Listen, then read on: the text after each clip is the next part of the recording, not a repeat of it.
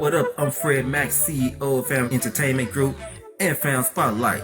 My guest today is recording artist Public Announcement. You know them from their hit songs, It's About Time, John Doe, and the list goes on. So please welcome my guest, my guys, Public Announcement to Fam Spotlight. How y'all doing, man? It's your boy Princeton, man. I'm back with it with a great team, man. First of all, I want to shout out to Fred for, what I'm saying, getting us into this interview, man. And like I said, we with Fam Spotlight right now, and I'm here with a group that a lot of people should know. And if y'all new millenniums don't know, I'm finna reintroduce y'all to Public Announcement, man. How y'all doing? Hey, what's up, man? Good, man. Happy New Year. Happy New Year, you too, man. Yes, sir. First of all, man, I appreciate y'all taking the time to sit down with us, man, and chop it up with us, man. Really do appreciate that. And y'all fought the storm from yesterday, so I appreciate that. Thanks for having us, bro. Oh, no problem, man.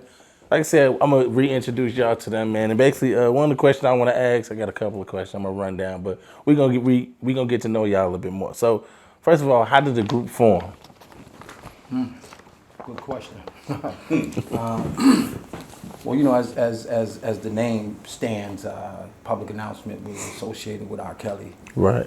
And long story short, Rob left after Born into the 90s. Okay. And a guy that was managing Public Announcement, well, kind of acting management, by the name of Eric Sexton. Okay. He and I had developed a relationship where I was working with an independent company, and Eric Sexton was like my road manager Okay. on an independent label. And after that, didn't pan out. He called me, say, look, Public Announcement is looking for another member, And he asked me, did I want to be a part of it? I was like, of course, Public Announcement. I was a big fan of R. Kelly and Public Announcement. So I came over, we had a meeting. I had known the guys from back in the day in Chicago from doing Park District talent shows and stuff like that, you know what I mean? Right. By the way, I'm Felony, so Fel Davis. Right. And, we got together, and started doing music. Earl and I hit it off right off the bat.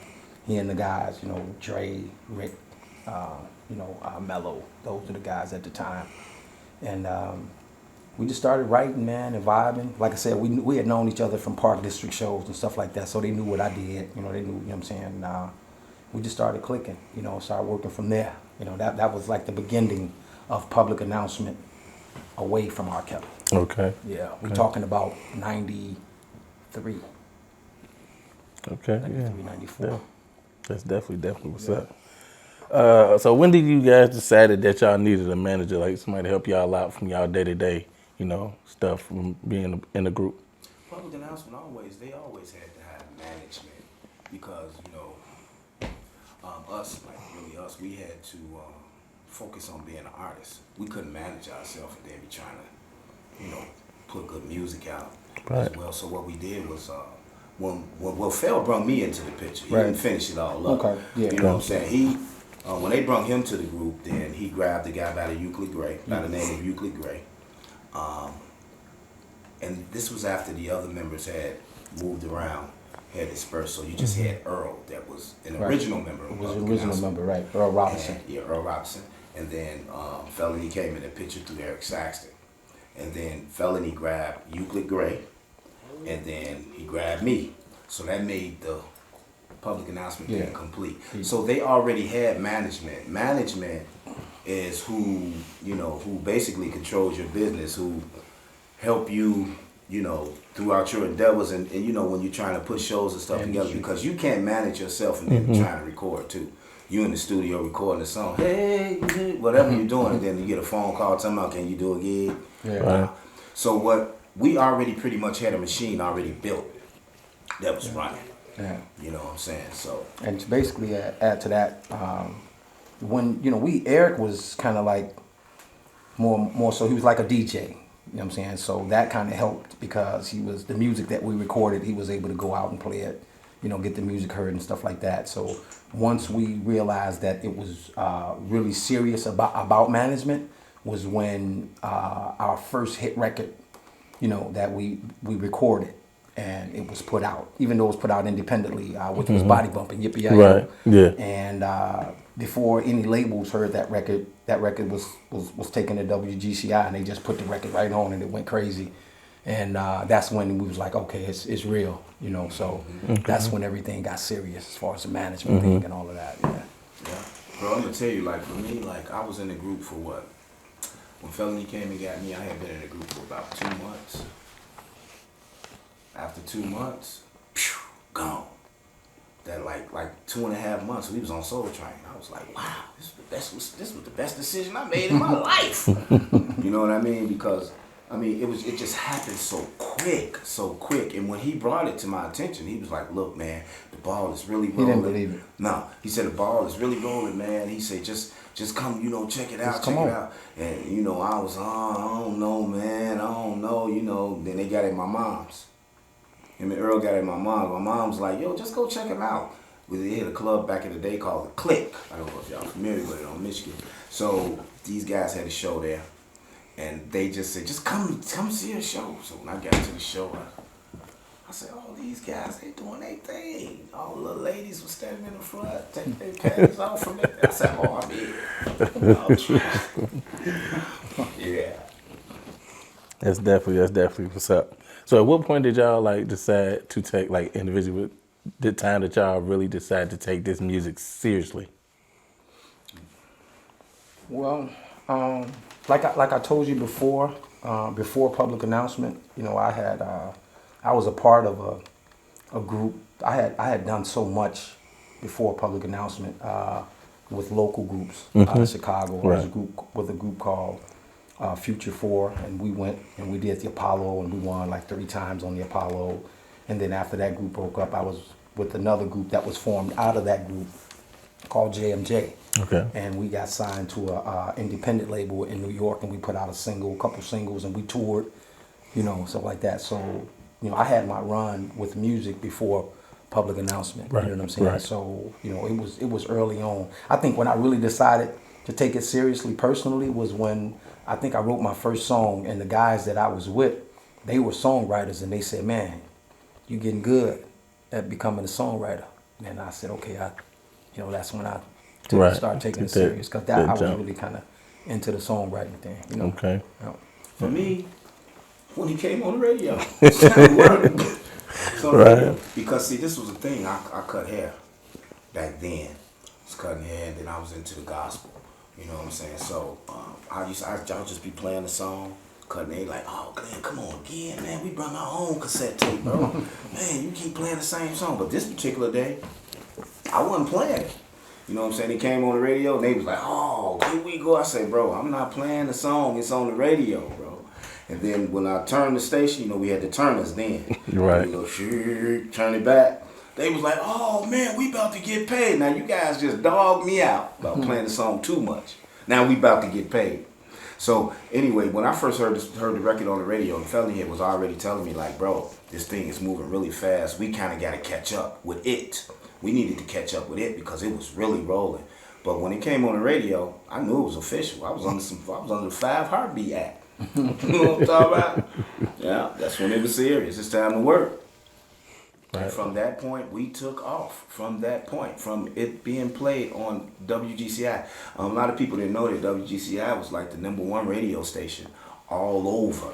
Like, people will follow whatever GCI played. You know, even in New York and LA, all over the place. So when they were playing our songs so much, it started to play everywhere else. Yeah. You know what I mean? So it was time to work there. That's serious. Yeah. It definitely is. So in this industry, I know people have to make sacrifices and whatnot. So what are some of the sacrifices you felt that y'all had to make, and what were they, the sacrifices to be successful in this industry? Well, to me, I think my biggest sacrifice, man, and it affects me like even today, from making a sacrifice many years ago, was like being away from my children. Yeah, I understand. You know, it's just, I mean, right now I'm still trying to fix that, you know, because I have 2 daughters who are like kind of like going through, you know, and they're very talented. They sing, they just picked it right up, you know. We all have talented kids, but like being away from your children, and it kind of like that father figure being in the home, you know, because my dad was always there, you know. Right. And being away from your children, it affects them, you know. So being away from them now, you know, we're constantly just trying to rebuild and catch up from years of kind of like being away from them. Yeah. So that was, you know, that was like my biggest sacrifice. Okay. It was like, you know, I agree with him on that. And then, you know, along with my children, I want to say just my family in general. You know what I'm saying? Because, you know, we were raised the way we were raised. We had really, really, really large families that love each other. I mean, a lot of people, you know, things go on in people's families. It happens. But me, Felony, and Ace, and Earl as well, all of our families are big and they like really love hard. You know what I'm saying? So the sacrifice for me was as well as what he said as far as the children and just my entire family, you know, just being away. But knowing that it was going to better myself to make things better for my children, you know? Well, right. And like, what is like the marketing process? Like like in the beginning, what was the marketing process like? Like marketing music, like marketing how to get shows and promoting albums, stuff like that. Tell people how the marketing strategy was in the beginning. well, let me explain it to you. Public announcement coming off of R. Kelly, born into the 90s. After Rob left, it was like, okay, when this is like exactly how it happened. It was like, okay, how are we gonna be successful, you know, behind this, you know? And what a lot of people didn't know is that R. Kelly and the public announcement guys, the group of guys that was with him, they were dancers. Okay, they weren't singers. You know, they were a dancing group out of Chicago by the name of Rush. They got with R. Kelly at the Cotton Club. They just need to put Rob with something to market him. At the time, you couldn't market a solo artist because you had Tony. You know, you had Mint Condition. So they had to have they needed a group feel. So they put those guys. So that was the marketing thing from that perspective with Rob. But after he left, it was like, okay, how are we going to market public announcements? So the thing was, we were writing songs. You know, we writing nice ballads and stuff like that, and great songs. And a lot of songs that we started out writing actually made the album, but the songs that we were writing was not the song to actually kick it off. So the marketing perspective needed to be, we needed a novelty record. We needed something that people was gonna say, okay. And a lot of people listen to the body bumping record, Yippee-I-Yo, and they listen to the vocals and stuff like that. Earl learned how to produce by listening to R. Kelly. And they said, we need you to continue that production style to keep that feel, that R. Kelly feel. If you listen to the first album, the All Work No Play album, it still has that down low kind of, and my tones and R. Kelly's tones are similar, if you listen. So that was the marketing. We need you to kind of still sound like him a little bit, and we need a song that people are gonna be like, just a catchy song. So a lot of people thought we was just dancers and jump around boys until you get into the album and you see, wow, these guys got some, they sing for real, you know. So, and we still kind of get that, you know, from some people like, okay, yeah, you who public announcement? Oh yeah, the Yippee-I-Yo guys. It's like, nah, buddy, you got to go a little deeper into that record to see, you know. So that was the whole marketing thing with public announcement. We needed to kind of keep that whole R. Kelly thing until, you know, until we got fans and things like that. And at the same time, working on the group's image. So they would never show our faces. It would always be silhouettes because people didn't know what we looked like.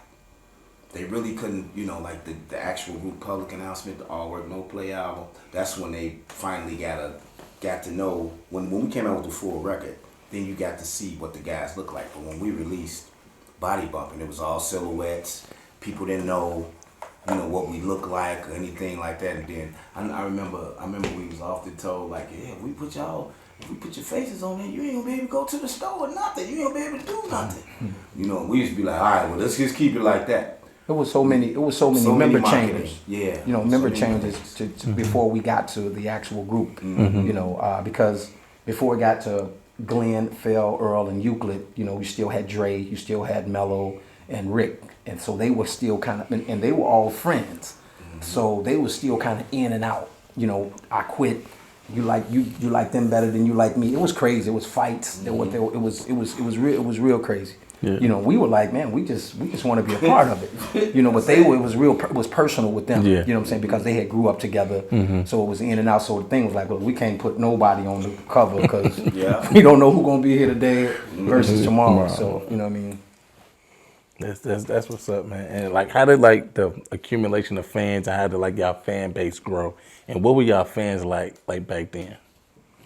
How did the fan base grow? It basically grew off of the song and the dance. The yippee-yi-yo, yippee-yi-yo. Then we would do the dance. I mean, I'm telling you, like everywhere we went, I mean, and it's like they were waiting on this record. And to us, we never thought that would be the single. Out of all the music that we had recorded that we thought was like super dope. Like, what? But like he said, we needed a catchy song. But it was the song and the dance. The song and the dance. That's what like built up. And then like I said, GCI was like the #1 radio station. You know what I'm saying? So like I said, all of the different markets was following what GCI played. So any market that we would go into, they was already burnt out on Public Announcement, the Yippee-yi-yo song, but they had never seen the group. So anytime we would pop in that market and we do that song, they was like, man, we've been hearing this song so much. Now we finally get to see these guys. They get to see it. That was a whole nother level. Right. You know what I'm saying? And and almost not Go ahead. and like today, you know, when you look at a lot of the artists and the younger artists, especially, even like back then, I compare it to today. Well, you get the artists and you know they do the little dances with the song, how it Just blows up. yeah, the YouTube thing, and Yeah. that's exactly how it was back then. Any That's artist, even like we were in the '90s, you had an artist in the '80s or whomever. If you had a big song where it was a one-hit wonder and it had a dance to it and it was catchy, it was just a big record. Yeah. You know, and that's how it happened. You know? Okay. Yeah. And then, you know, the fan base, of course, built up because we had great Chicago music. Right. Soulful. Yeah. We had great music. Yeah. You can't deny good music. Bro. No, you you just can't. can't. You can't. You know, a lot of times people can put a record in and just, you know, oh yeah. Soon as you hit a track, it ain't working. That's what we had today. I don't know. Skip. It ain't working. It ain't working. You don't even hear the lyrics first before it come on because the beat or the music of the track is not sounding good. But when you put that all work in, it's like, okay, I'm interested. I want to see what this, you know, people wait on it. And, you know, you just can't deny good music. Right.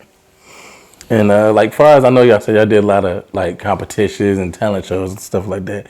So let me know, like, how did the competition feel like to y'all? Like, if it was any competition, or how did the competition feel to y'all as y'all were competing in these competitions? Well, I'm gonna tell you like this, man. That would be him. You mean other groups, right? Yeah, like compared to how y'all competed against other groups, like you said with the Apollo thing.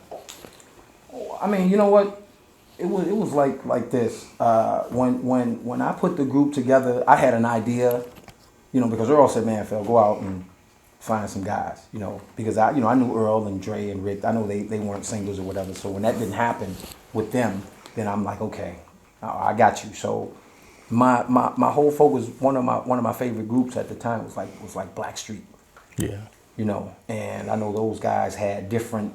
You had the church guy, you had somebody who had some soul, you had you know the look in the group or whatever. So that was my idea, and you know I got Euclid. Euclid was a light guy. He was the chick. He was the girl magnet. You know, and he could sing. And he had stage persona. But I think like when I got this guy, I went to the church to get him. When I got this guy right here, honestly, I was like, can't nobody mess with us. So the competition part of it was like, and then we had a song that we called our secret weapon. So if we would go, like now there were some groups that we would like, you know, go on tour and would be on the bill with us, like 112, Next, you know, Jagged. You know, we was like, okay, but we knew 112 and Next really got down vocally. Yeah. when those guys would be on the shows, and Same show with us. we would be like, okay, we got to pull the secret weapon out. You know, Yes. so, but as far as the competition, you know, I mean, it started in Chicago because there's groups like Entourage, Shout Out Slick, Yeah. you know, Yeah. Robert Allen and you know, Three Piece, you know, shout out Big Reese. Yeah. You Most of know, them guys. yeah. So, you know, I mean, the competition in Chicago, I mean, it was friendly competition, but we was the only group that had a major record. You know, we was the only group that had a hit Right. record. You know, so it was like, you know, what? So you know? therefore, in Chicago, none. Yeah, strong. You know, I mean, and only not because of talent, but because we were the only group that had a hit record. You know, and it spoke volumes. You know, they and the groups that we performed with, they respected that, and it was good. It was just good competition. You know. Yeah, I can remember when we would be on stage with Jagged and H-Town and all them guys, and you know, I was Shout out yeah, shout out to Shazam. Big Jeff for sure. Yeah. I was really young at that particular time, so like I was just like singing crazy, like, you know, like we'll get to a show and then bro would be like, hey man, okay, you know what's gotta happen now, we gotta go crazy, and I'll be like, oh man, this ain't nothing, we finna kill them, you know what I'm saying? So we took the competition upon ourselves, you know what I'm saying, and made it that, you know what I mean? And by us having we had a great show. By us having a great show, and we was basic but not great show, do our thing, get off stage, that's it. You know what I mean? So it really wasn't really like a competition, bro. But when we was on stage with certain individuals, though, you know, we had to represent Chicago. It was you know different. what I mean? It was Chicago, stand up. It was different. Real. True, Yeah, true. You know, had real singers. Yeah, real singers. Yeah, for that's- sure. So at what point did y'all like begin to earn money, like make money, and y'all realized that like, okay, this check is we doing something Never. major now? I'm just kidding. I was just kidding. No, I think, man, when we got signed, that was the first sign of money. You know, we had a bidding war for a public announcement. We went around. We did the normal thing. We went around to New York and we sang for all the labels: Clive, Davis, Arista. Sony, Interscope. whatever label you name it. That's when it was a lot of labels. Yeah. You know what I mean?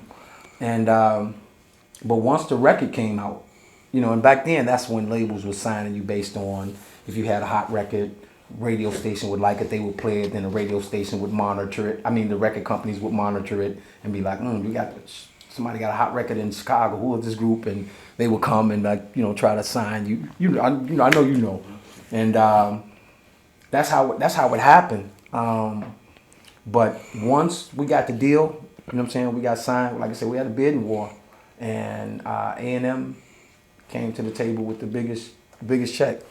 And you know what's something that's real like unique about the group Public Announcement, the group after R. Kelly, is that we used to tour and we wasn't even signed. Right. We used to, man, I'm talking about, we had people that believed in us so heavy that they wrapped the van for us, put our faces on it, and we would be doing different tours and be on different tours, and we wasn't even signed. People thought we were signed, but we wasn't. We was on big shows with major artists, and we wasn't even signed. And people thought we was signed. That was kind of tripped out. You remember that? Yeah. That was kind of tripped out. Because we had a record. We had a record. Yeah, Everybody, we had a record. everybody still like, wasn't signed, yeah. everybody got their fingers crossed. And like I know y'all spoke about how y'all went on tour and y'all wasn't signed. Like, what were some of like events or like shows that y'all would try to steer like towards and try to book, or was it just whatever was a good event y'all would go do, or was it more sort of picking the right event that fit y'all? We really didn't have anything to do with that. Like I said to you earlier, that we were taught to be the artist. Right. We had a machine that handled all of that. You know what I'm saying? They pretty much made the decisions for us, what was good for us and what wasn't good for us. The only thing that we needed to do was stay focused on cutting these records. You know what I'm saying? That's how that went. And, for anybody out there that's trying to, develop, artistry, and trying to do your thing, you know, you might want to put you a machine together and just put different people who believe in you. Make sure the people believe in you first. And just put different people in different areas that can take care of certain situations for you so you can focus on being an artist. Well, it's DIY now, though, bro. Yeah, it is. Okay. Right. So, like, if you would like to, like, I say, certain people come for y'all for features and stuff like that. I know y'all say y'all manager handles like how much y'all would charge a underground artist or up and coming artist to, like, I guess perform at one of their showcases or do a feature for them like that. But how y'all go about that process? Well, that's basically through management most of the time. Yeah. But I mean, when you like we do public announcement and then we all do separate things. You know, Glenn is really heavy into the gospel side of things. You know, I do R&B and soul, you know, stuff like that. So when you kind of doing your own thing, you know, it's, you have artists that'll certain artists and certain people that you have developed a personal relationship with. Yeah. You know, so where some people feel like, okay, well, you all right, we can do this like this, and we don't have to kind of divvy through the management side of it. So sometimes it works when it's a big situation and it affects the group and the brand, then we let the management handle it. But like personally, you know what I'm saying, sometimes, you know, I'll work with this. Because I'll work with artists if I feel you have passion and desire and you're truthful about your craft, then I work with artists let's just do it, you know, and you know what I mean? Right. It basically depends on the situation, but it does happen through management. I mean, at the end of the day, we do want to know who we doing something with. Yeah. So we gonna do the homework, you know what I'm saying, and you know, or let the management team or whatever tell us, well, this is what's going on with them. They got this going on, blah blah. We'll hear some of the music that they recorded prior to trying to, you know, use us on their record for a feature. But we really don't turn anybody down. We ain't the bougie. Like I said, we're guys that we were raised on the very good morals and values. You know what I'm saying? And we family oriented, and we believe in, you know, we want to see people succeed. You know what I'm saying? As well as us succeeding. You know. Okay, that's definitely what's up. Now I want to know more about like the overseas experience. Like, how did y'all feel on y'all first time being overseas, performing in a whole different country? Looking at me for, man. Overseas. He was definitely a superstar overseas. So he was like the Michael Jordan of it. Overseas was definitely an experience. Really, we all were excited about. The first place I think we went was Germany. Really was excited about going overseas and you know, doing our thing. But, you know, it's funny, man, because you got people out there, when we first got there, they can't speak a lick of English, bro. Like, not a lick. But then when we get on stage, they can sing our song word for word. Like, sing the song word for word. But then, after like, okay, we do our show, they singing every song. Because now that they have all these flyers around the whole Germany, these people start to listen to the record. And they might have learned it in a day, I don't know, besides the hit record, you know.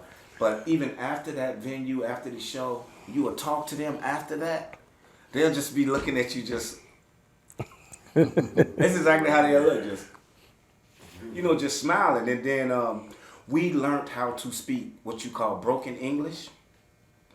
It's really like you talking to somebody who's like really slow and blah, blah. But then they still didn't understand it. They just smiling, man. Like I can remember the first time we got to Germany and we just decided to take a walk through their little outdoor mall. And the buses was coming past. You know, we dressed like Americans. You already see us. We're together. We look alike. You know, blah blah. So people on the bus, you know, like when you downtown, it's crowded, rush hour, standing up, only standing room on. They was standing up, and we was looking at the buses. They was just.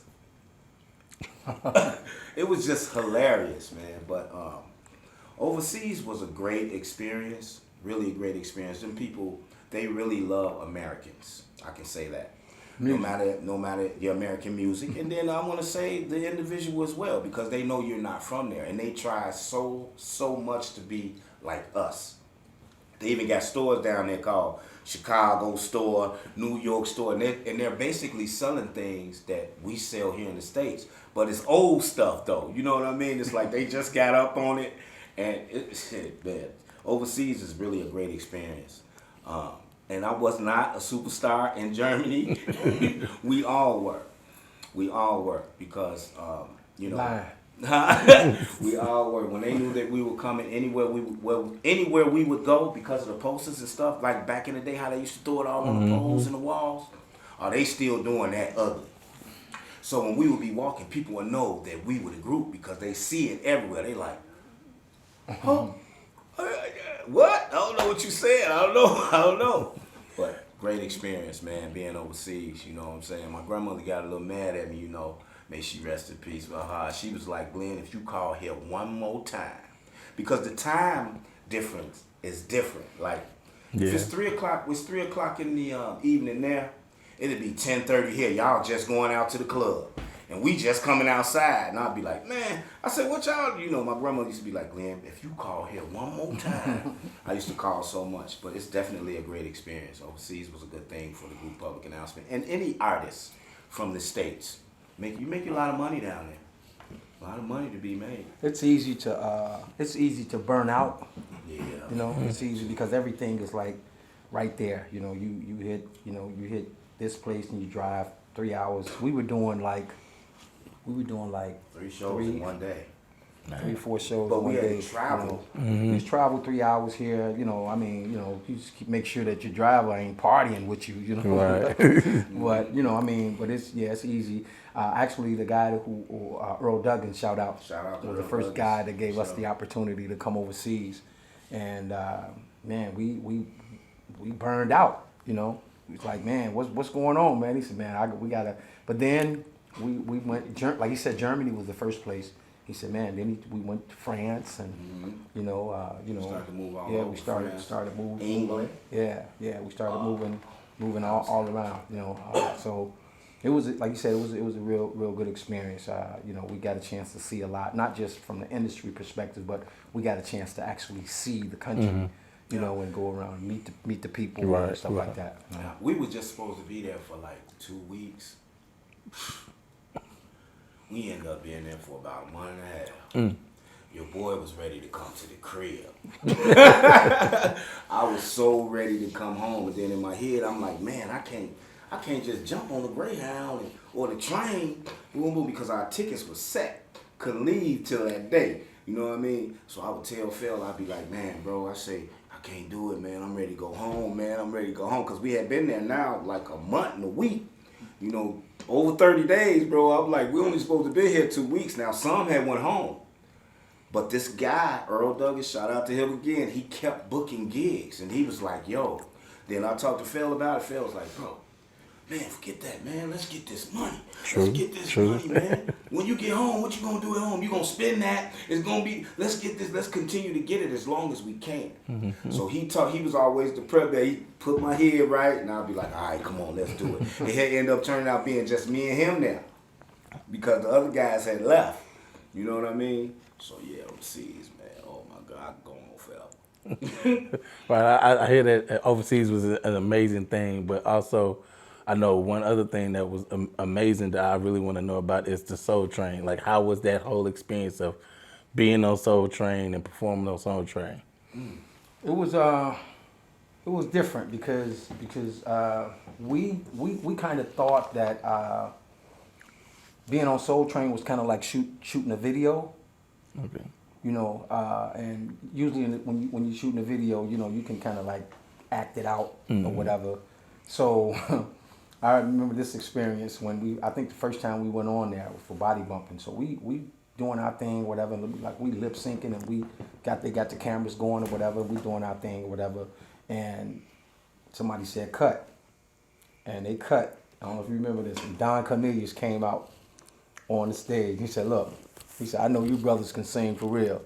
He said, right now, from what I'm seeing, he said, it ain't looking real. Y'all, come on, man. Come on with it. Stop playing. Y'all, come on. Sing. So that was like the biggest experience for me to actually see this guy come out. Like, you know, and it was just unfamiliar territory because he just came out like, y'all ain't doing it right. You know what I mean? So That was if I remember, we didn't meet him when we first got there. Wow. They took us to the room, Right. they got our clothes, Right. they did a little makeup thing, and we put our clothes on and all that, and then we started to shoot. right. And then in the midst of the shooting, Right. it didn't look like it was really real. Real, So exactly. then so when he popped out, we was like, Yeah. oh man, you know what I'm saying? He We didn't even man. think he was. You know, Yeah. we just like thought on the he's. set period. Yeah, you know we what just I'm thought saying? he'd come do the show, but he was like, it's like, nah, he'd be right there for every production. Oh, but trust You know. me, as soon as he came out and said that, Yeah, it's a wrap. That's what we do.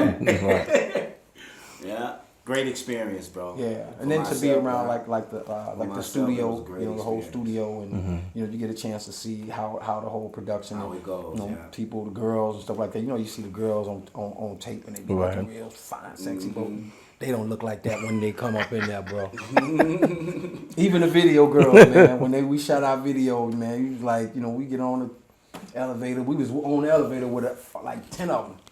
And we like, man, where y'all going? Oh, we finna shoot our public announcement video. We was like, They had no clue who we gotta, were. We got to talk to management about this. But when they come out of that trailer, it's a whole nother thing. Makeup is powerful. Oh yeah. Yes, it And is. then you know, like all of them, the people that's on Soul Train, the familiars. You know what I'm saying? The familiar folks that you see all the time, Yeah. like boom, boom. You know, they were there. Fans of That theirs. was interested in seeing them, Fans, like yeah. right here with them. Now they was fans of ours. Like, yo, man, we like, man, you know what? We watch y'all every Saturday. You know what I mean?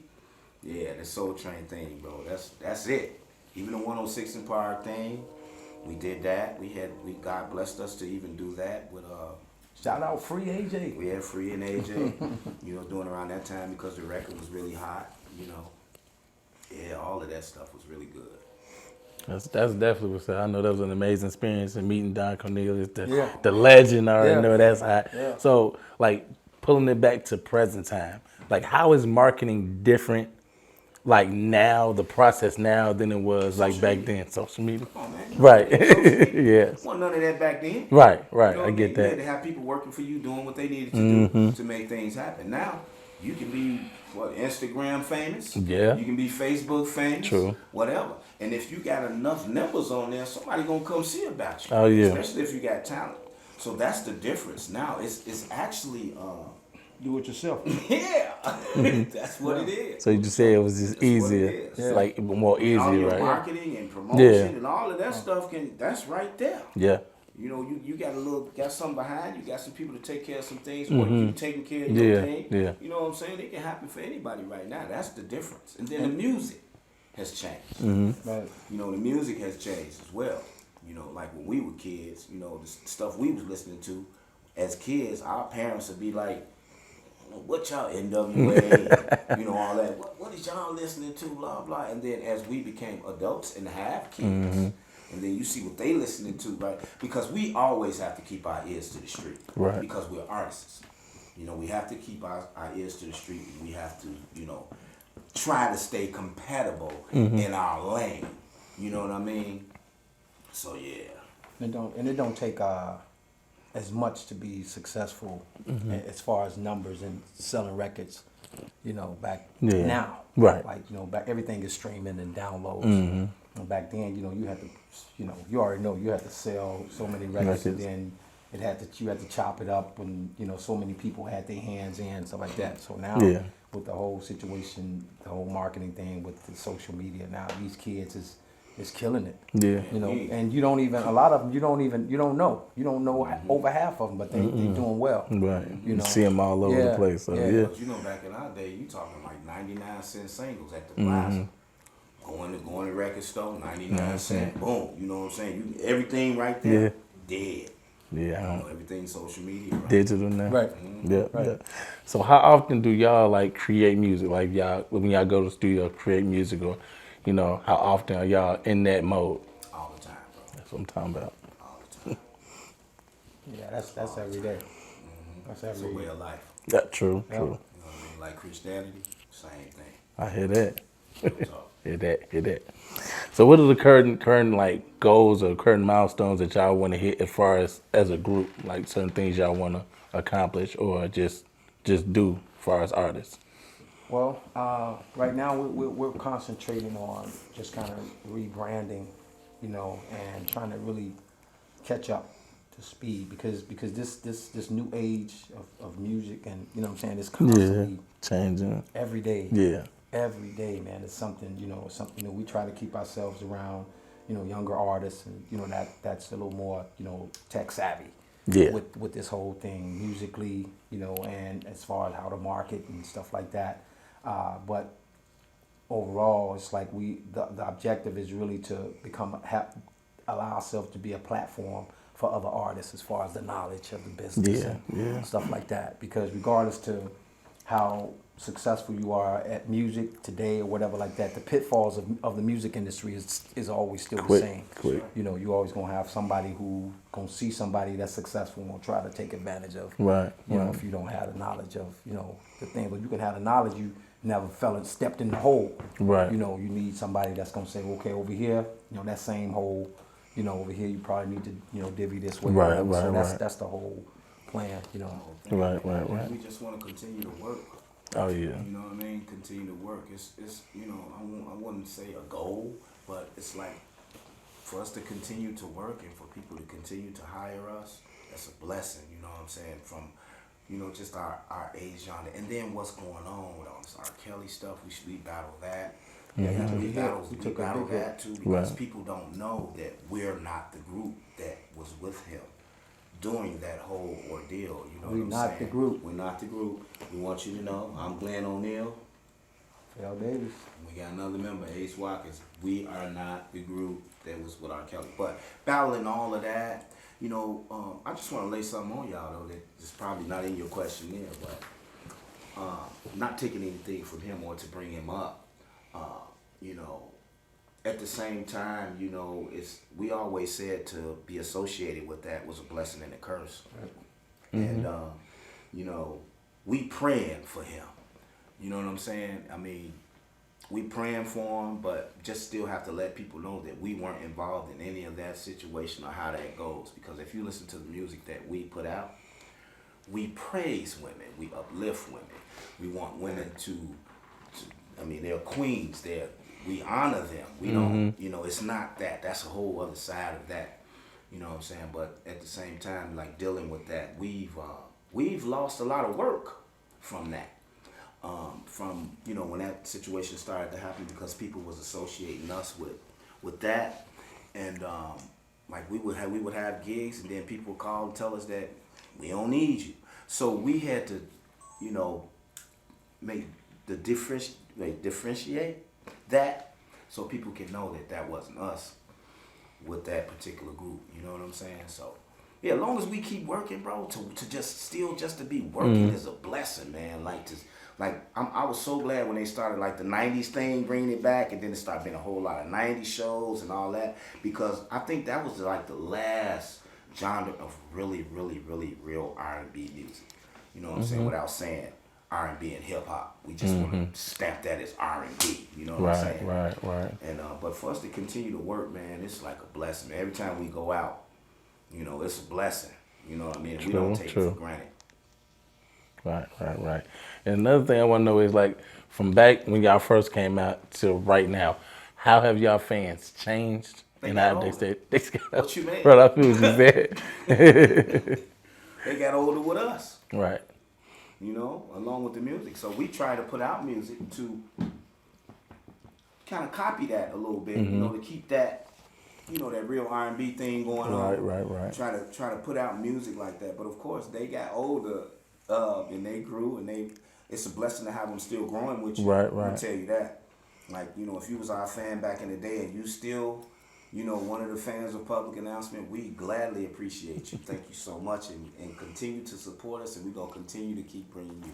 It's also a blessing to have had great music, you know, because what that does is even with your fans that you had back in the day who've grown with you, they continue to play your music, and then their young children and grandchildren get a chance to listen to your music and, you know, follow you as well. So that kind of helped the fan base. Because if you Google or YouTube like Body Bumping or John Doe or those records and look at some of the comments, you got kids that's commenting on the record like as like yesterday. today. You know what I mean? So Yeah, they get the Yeah. still here from 90, Yeah. still here from 97. yeah, and I, I, TikToks and memes Yeah. and all that kind of stuff. You know, so Yeah. it's a blessing and it works. You know. yeah, that's definitely what's Yeah. up. So like one last question before we get out of here. Already. I mean, we can hang out. Time flies. I know, bro. We can hang out forever, man. Definitely, me personally, man. I'm one of the people I can honestly say I grew up on y'all from the time I was a shorty to now, and me doing what I do in the music industry. It was just a blessing just to see Chicago artists and just the evolution of like y'all and so many other groups, man. I appreciate it. You know what I'm saying? But like I said, to this last question, like, so what do you wish that you knew, like, now that you didn't? Like, what do you wish you knew back then that you know now that the business? I knew that was gonna be the answer. It's the business, and you know what? It's a lot to still learn because Right. it changes. Yes. But it changes. But back then, like we stated, like we were told to be like the artists, and we couldn't really figure out the business part. They wouldn't let us do that. You know what I mean? It was like focus on this music. You know what I'm saying? Right. And then when something might happen, a mishap or something, like today, for me myself, I wish I knew more about what I was getting into when I got into it. You know what I'm saying? Right. For me, yeah. Yeah, I would have to say definitely the business, but dealing with public announcement when I transcended into dealing with public announcement, I knew quite a bit about it. I just didn't know the people Right. who were responsible for handling my career. I wish I had taken a little more time to get to know them. Yeah. You know what I mean? So I just kind of trusted because of just, I guess, the whole excitement of it. Yeah. You know what I'm saying? So sometimes you can have knowledge of something, but, trust people. You know what I'm saying? And sometimes that knowledge just go right out the window because it's like, okay, I know they're going to take care of it. So that was, Right, you know what I'm saying? right. Yeah. That's definitely what's up. So, like I said, man, first of all, I appreciate, Fam Spotlight for letting us come through and hang out No doubt. and allow me to do this interview with public announcement. I appreciate y'all doubt. for letting me just sit down and chop it up with you fellas, man. yeah, no doubt. Like I said, I'm Princeton, man, for Fam Spotlight TV. Shout out to Glenn, shout out to Phil, shout out to Fred, shout out to everybody who was part of this whole, situation, man. And like I said, y'all see more of us, y'all see more of public announcement, man. And we holler at y'all when we get at y'all, man. Yeah. Yo, what's up? This public announcement. announcement. And when we in Chicago, we rock with Fam Spotlight. Lock it and love it.